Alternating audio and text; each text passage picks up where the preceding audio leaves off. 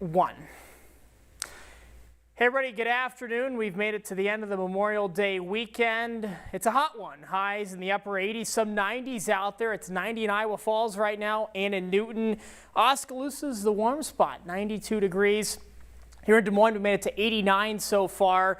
We can start to see some clouds, some explosive thunderstorm development ongoing in Cass County, moving into Audubon County right now. Let's first take a broad look at this system. So wind advisory is in effect for much of central, north central, and west central Iowa. That goes until 8 p.m. That's been in effect since about noon.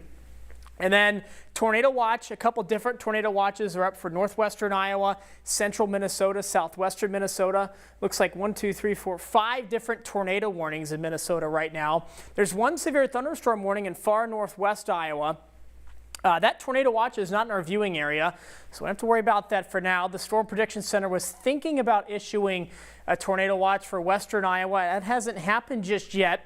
We are seeing some showers and thunderstorms developing though, entering Atlantic right now, entering Cass County, Red Oak, down to the Nebraska and Missouri borders right now. Audubon, you're not seeing the worst of the rain right now. Again, these are not severe warned. We have the warning tracker on this product right now. It is not severe warned. We're going to obviously keep an eye on it though. Looking at the lightning tracker on my phone, looks like a fair amount of lightning strikes west of Atlantic, Griswold. If you're in Griswold, you're hearing several lightning strikes right now. But then let's kind of take a wide look at this system and kind of dive into the severe outlook details themselves. So 3 out of 5 risk for severe weather along and west of I-35. 4 out of 5 risk is up to the north of us in southwest Minnesota, up into north central Minnesota. This last night was a 2 out of 5. This morning it was a 2 out of 5. Mid-morning hours this morning, they as in the Storm Prediction Center, upped it from a 2 out of 5 to a 3 out of 5 risk. Des Moines is technically about 5 miles just outside of the 3 out of 5 risk. This is in the 2 out of 5 risk, but you know, it doesn't really make that much of a difference. One notable change in the afternoon update was a change in the tornado probabilities. So earlier today, in the mid-morning hours with that update, the medium risk for tornadoes stretched all the way down close to Des Moines, included Ames and west central Iowa, included Fort Dodge, Boone County. As you can see, that has now been trimmed off to the north and to the west. It does not mean the tornado threat is null. It's definitely not zero. There's plenty of what we call wind shear in the atmosphere, change of wind direction and speed with height that could still promote some tornado formation. But it's not quite as high as we initially were thinking. As you can see, a tornado outbreak is expected in western and central Minnesota today.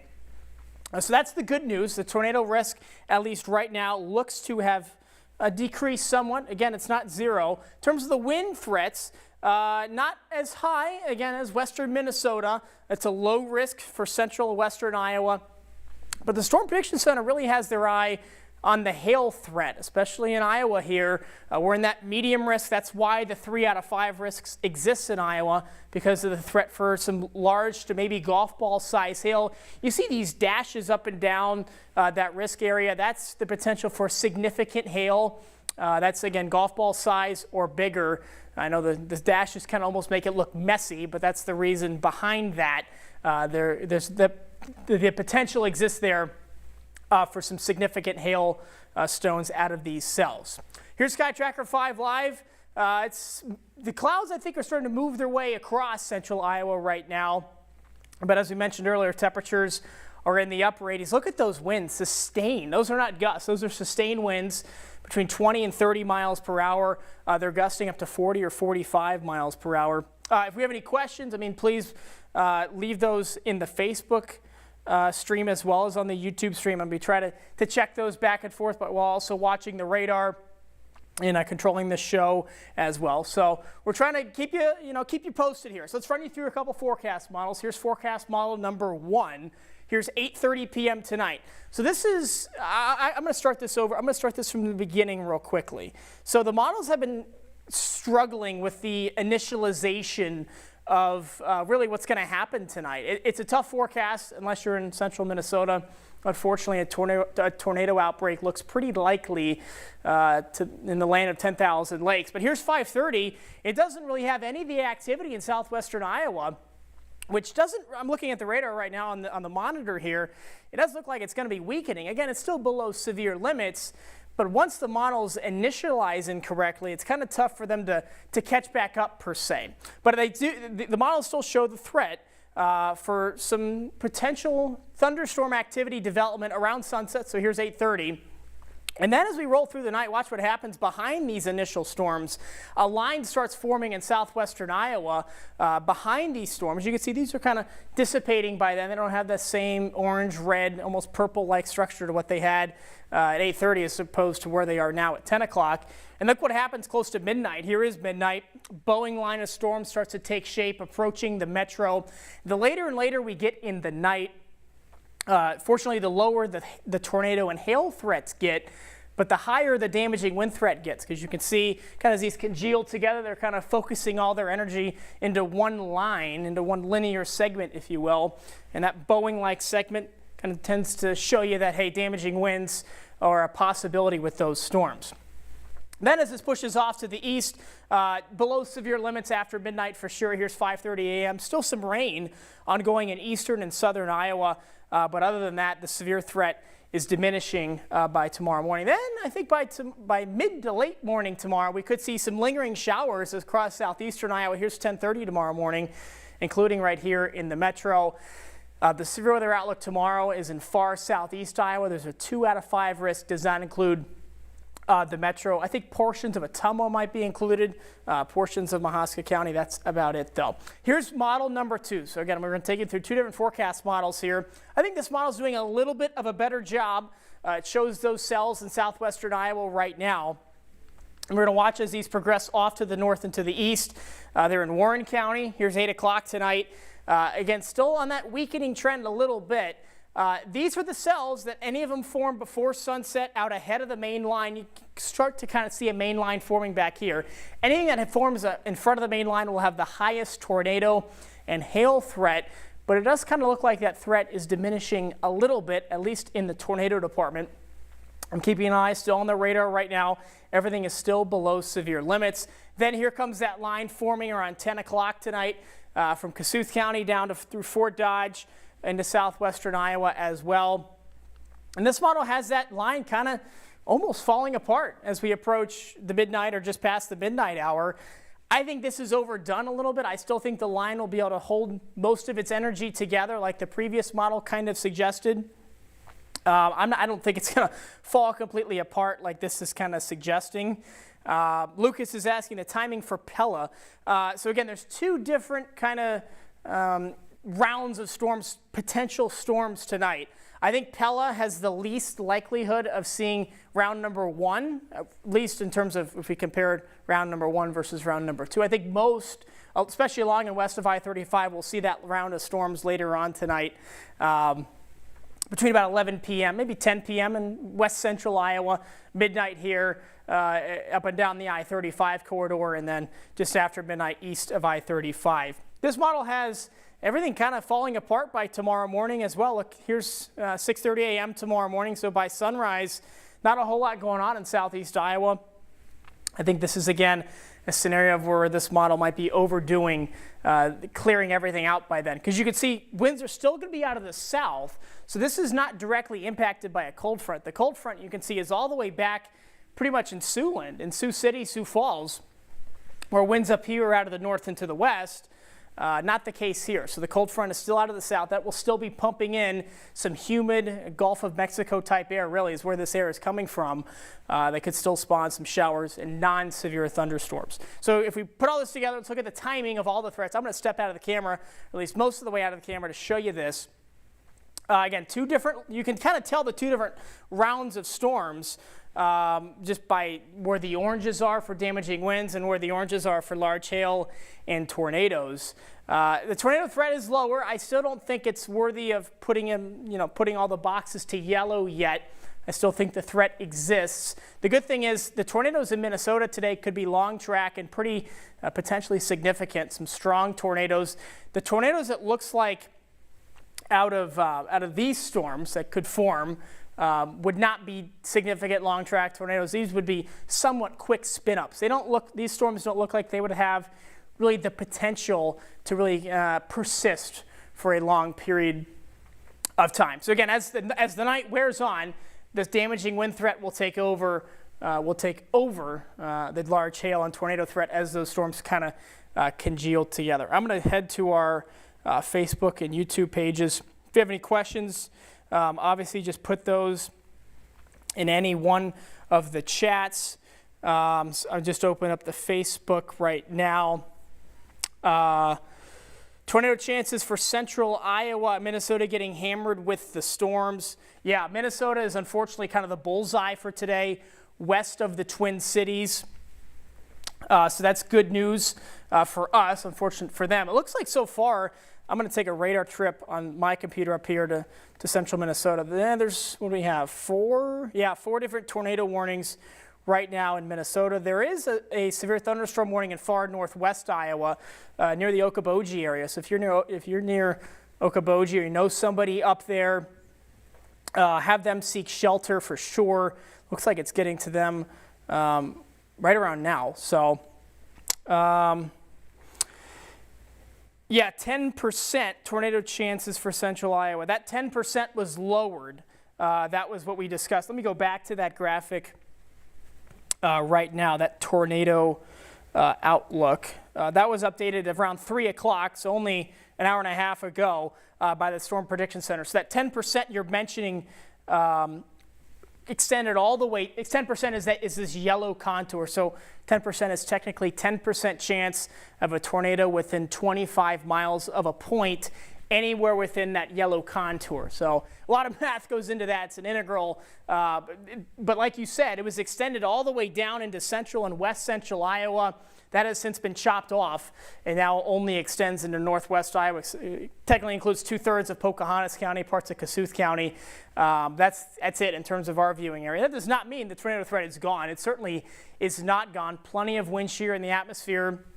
I do think, as we mentioned early on, between pretty much now and sunset, 9 o'clock, the tornado and hail threat is predominant. After that, the damaging wind threat will kind of take over as the storms kind of gather all their momentum into one bunch, if you will. Scrolling through, if you have any questions, Madrid, good question. I think Madrid has similar chances to the metro, obviously not far from the metro. Hail, tornado threat. I'm going to put the radar back on the video wall here to kind of give you an idea of where these storms are in southwestern Iowa. If you're in Atlantic, if you're in Cass County, if you're in Audubon County, we have the warning tracker on here, so there's no severe thunderstorm or tornado warning on this cell. I'm looking at the product behind the scenes here, if you will. Potentially pea-sized hail with this entering Cass County, entering Atlantic. It's trying to rotate, if you will, but it's not doing a very good job of it. The precursor to a tornado is called a mesocyclone. It's what you kind of need to get that rotation going. It's trying. It's not really looking like it's doing a whole heck of a lot just yet. Yeah, good to know on the changes. Yeah, I did want to, I put that out on my Facebook page earlier, that the tornado threats were lowered. The wind threat, the hail threat haven't really changed in the past 12 hours. Since I was in last night, obviously the threats have gone up in all 3 departments pretty much, but it's good to know that the tornado threat has been lowered since mid-morning in the past 9 hours. I'm going to zoom into Atlantic here. It's what I mean. It's trying to rotate. You can see it's trying to produce that what we call anticyclonic or counterclockwise rotation to it. It's not really doing a whole heck of a good job, to be honest with you. Some light rain up in Audubon County, Guthrie County. You're up next. Again, this is not severe. It's not tornadic. There's no warnings on this right now. I want to pull up the lightning product here because sometimes in the early stages of these storms, the best way to find out if they're strengthening or not is to see how much lightning there is on them. How much, again, energy is in these storms. Let's pull up the lightning tracker here. We're going to find out see if it works here, how many lightning strikes we have there. It's only 7. I mean, that's really not that many. Let's put this in motion through the past half hour or so and maybe see if the number of strikes has gone up or has gone down. It looks like it's gone down. As it moved into Cass County, it looked like there were more lightning strikes there. Let's see if I can stop it at the beginning and maybe query how many lightning strikes, or maybe go frame by frame here. Yeah, look at how many strikes are there. So there's a lot more lightning strikes as it was entering Cass County than what there are now. Could be good news. Hopefully the storm is weakening. What's an interesting trend here is that these storms are kind of pushing off quickly to the north. That's going away from their main source of energy. I'm going to kind of zoom out of here a little bit. That's not zooming out. There we go. Zoomed out too far there. Back to the kind of the broad. I'm going to put this in motion. The cells, I was kind of watching down here in far southwest Iowa. Sometimes when you get one to form, they all form behind it. That hasn't happened yet. I would say that's good news. There are those 2 severe thunderstorm warnings in northwest Iowa. And if this continues on this trek, you see how this is all kind of pivoting to the north-northeast. If these cells continue, obviously Fort Dodge is in the path, maybe Greene County as well, eastern parts of Carroll County. I think the models did not pick up on these storms at all. The good news is they're non-severe, so that not a whole lot of impact. We got some frequent cloud-to-ground lightning out there. Yeah, we have tornadoes. Yeah, somebody in the chat saying confirmed tornadoes in Minnesota. Yeah, you can see that purple or magenta box up there. That's kind of our radar product saying that there has been a reported tornado on the ground. Luckily, this tornado outbreak hasn't gotten too bad yet, but again, we don't want to speak too soon. It's only 20 minutes till 5. We'll keep this going for the next 5 minutes or so. Then we got to get ready for Local 5 News at 5 and 6. Taylor will be joining me in studio for the 9 and 10 o'clock shows tonight. He is going to be on his way into the studio shortly.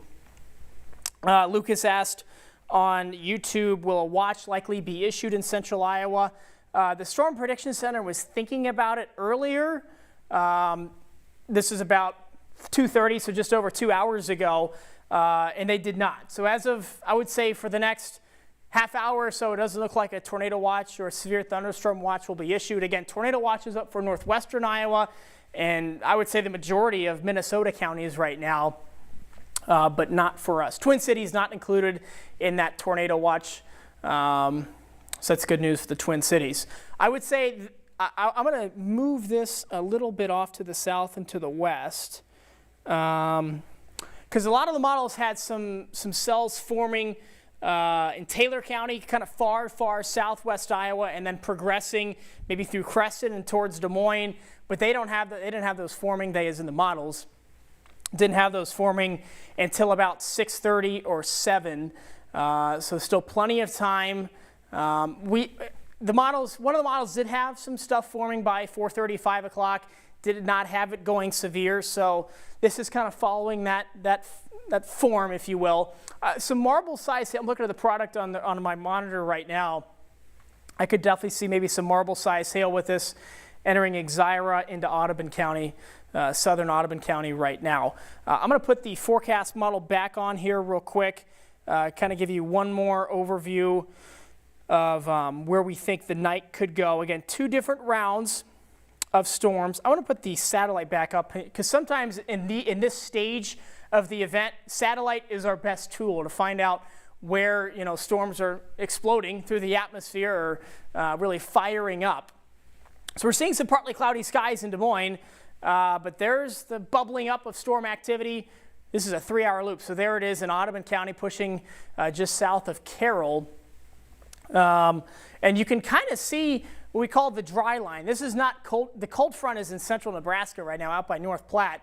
This is all being energized by what's called a dry line, which is kind of a force for getting the storms going. Because you need more than just a hot day, some humidity, you need some wind shear, you need something to kind of lift the air up to get these storms going.